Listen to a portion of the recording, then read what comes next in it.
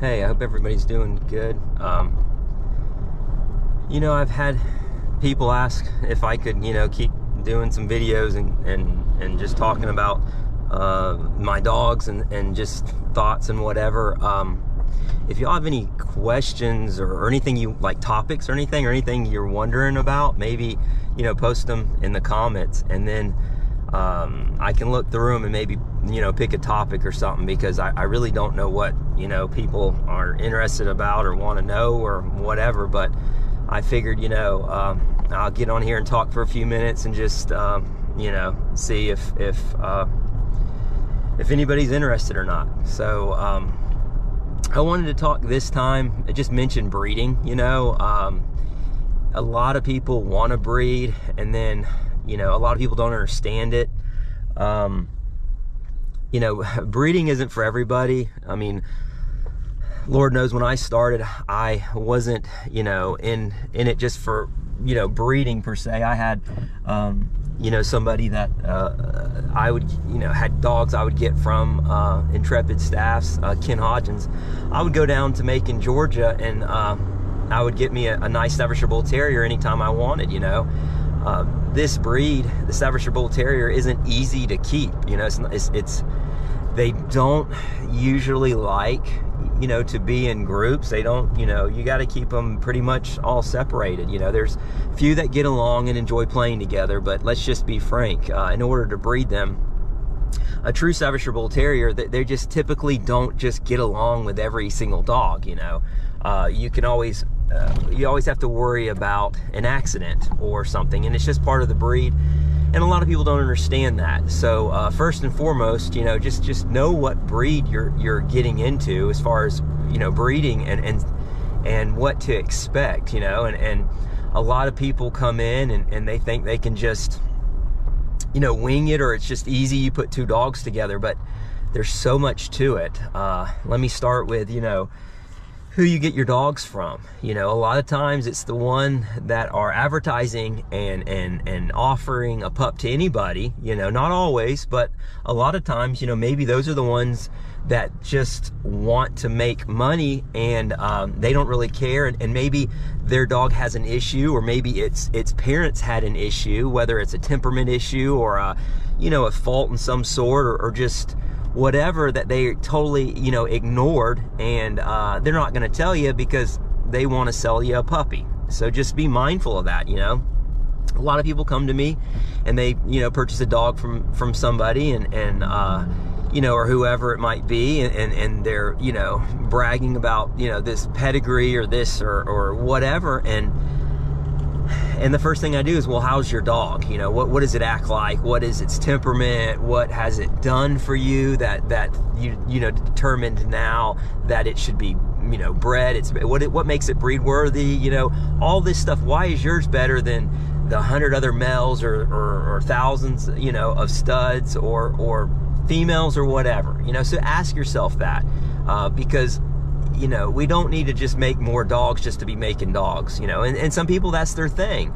And then also look at the breeder and see if they're keeping their own stock. If they're not keeping their own breeding stock, and keeping a pup from their litter, like, why are they doing the litter? Is it just for profit? Which is fine, if they're producing quality dogs. But, a lot of times it's the breeder that has a little niche that's maybe having a litter from time to time, just to, for example, myself, I honestly have a litter when I plan on keeping something to kind of improve or lock in certain traits, every single time. And so, obviously I can't keep whole litters. I could if I needed to. I have in the past, but ideally, I will take one or two or several of them and maybe hold on to them, and from there pick which one that fits my program the best. And and that's another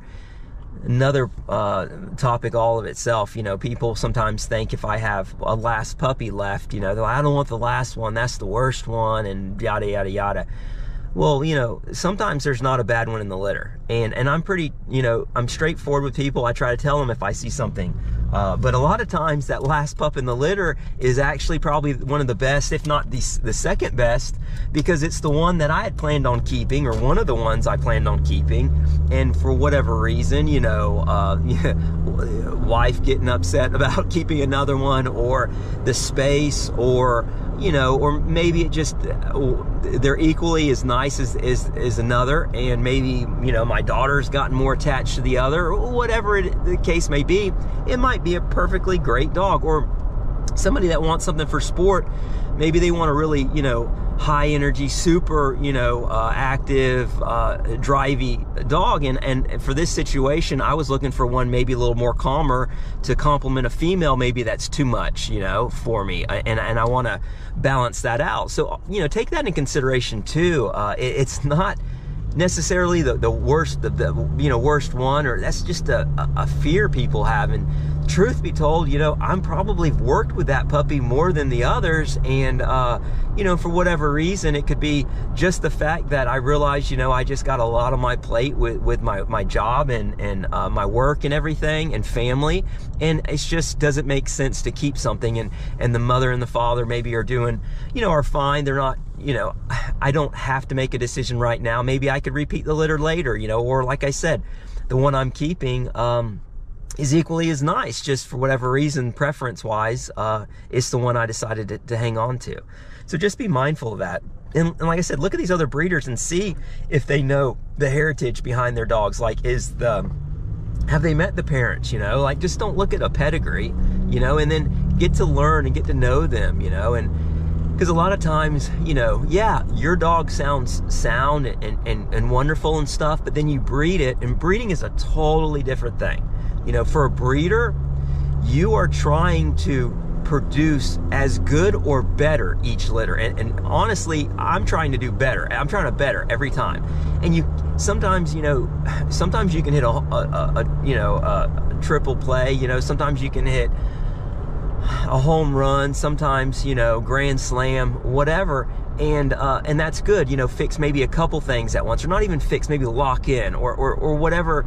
But in reality, you're lucky if you can improve on one thing. And that's what you should go into each litter. Don't try to, I'm just going to throw out an example, maybe, and this is just for conversation. I could care less about ears, but let's just say the ears you're trying to fix, and maybe, a top line or something. So you take and you try to fix, this top line and ears with a dog that, complements, maybe has good.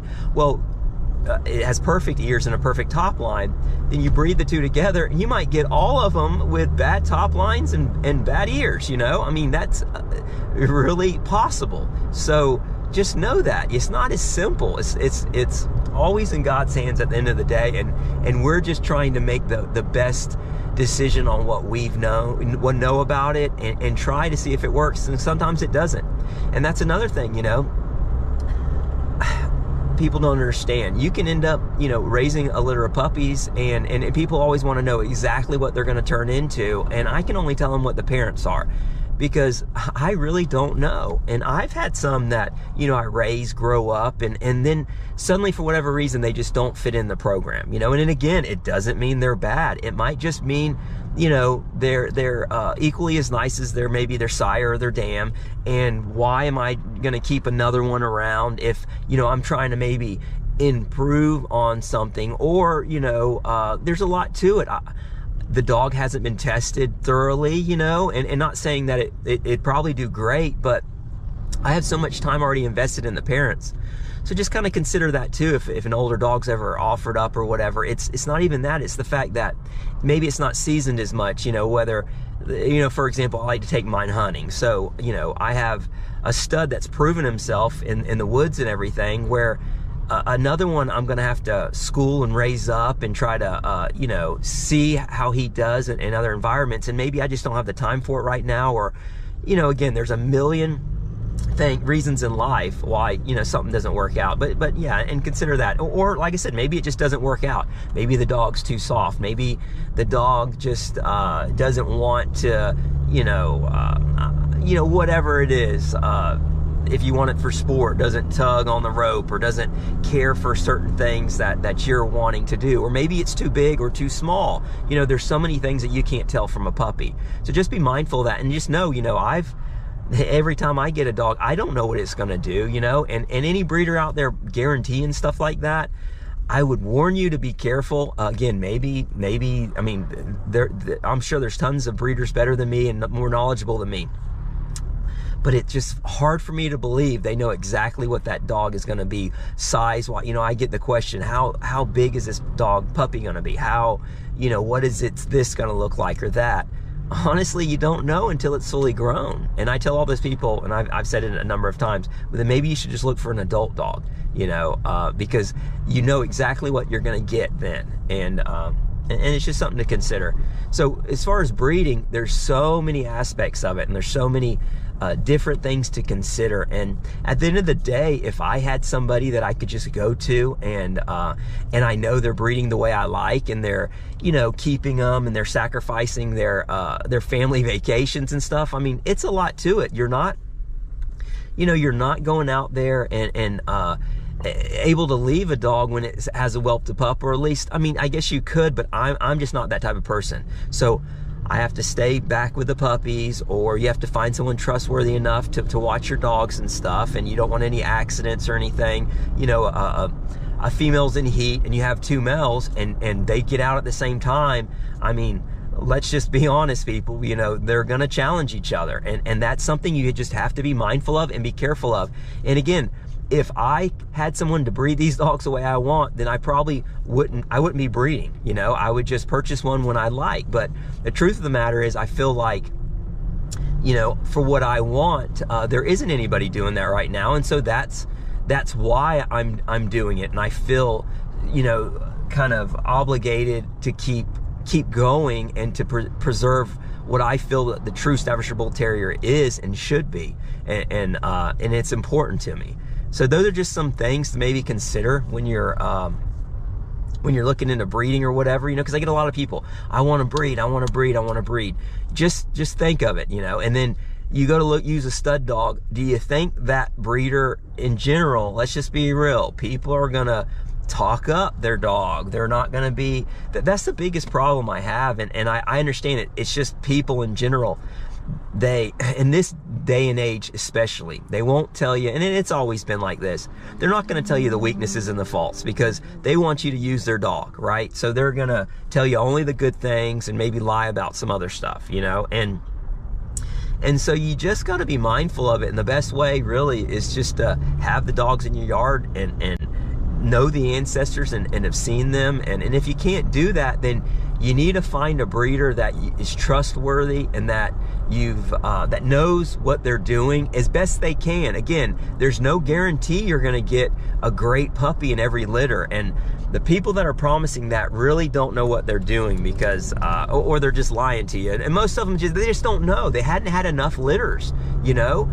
Obviously, when I was starting out, I was like, oh, this litter's gonna work. Like, this is gonna be dynamite. You know, these two parents, they're perfect, they're this, they're that.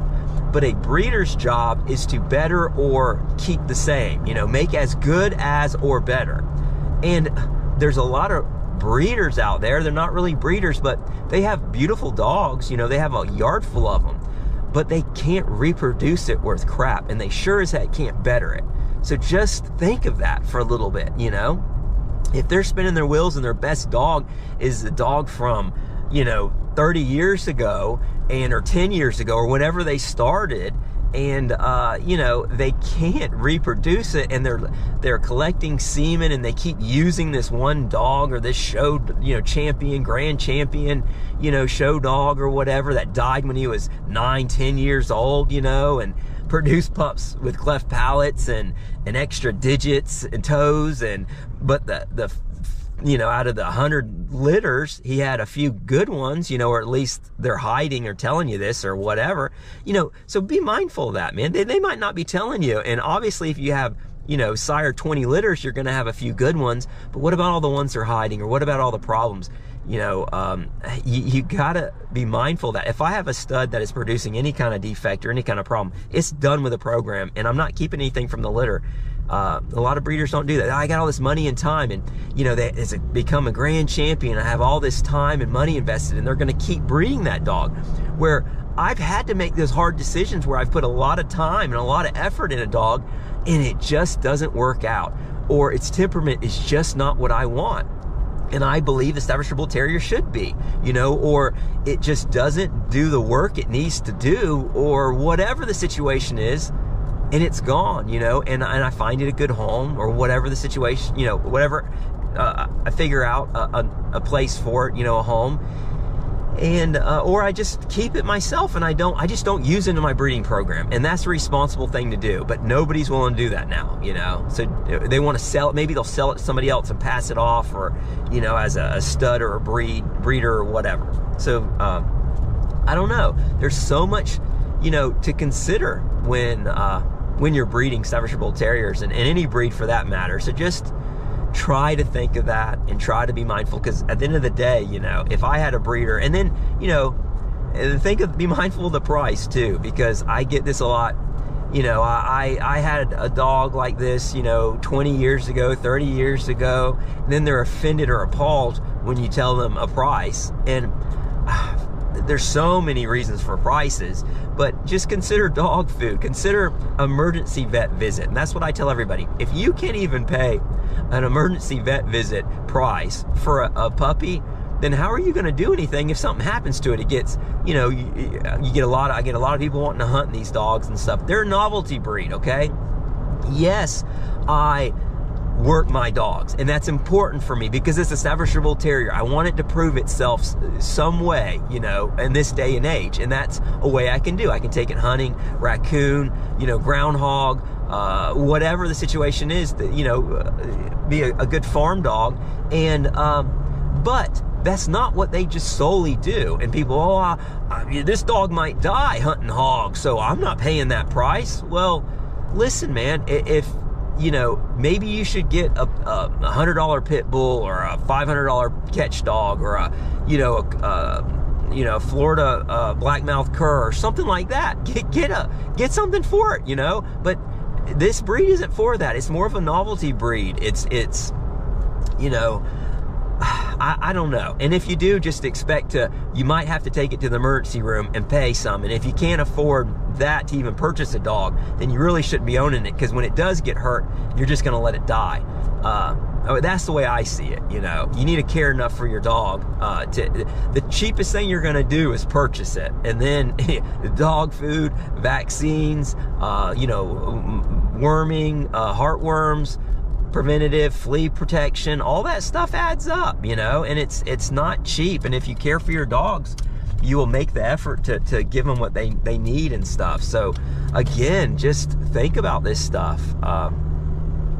Anyway, so I just wanted to mention that.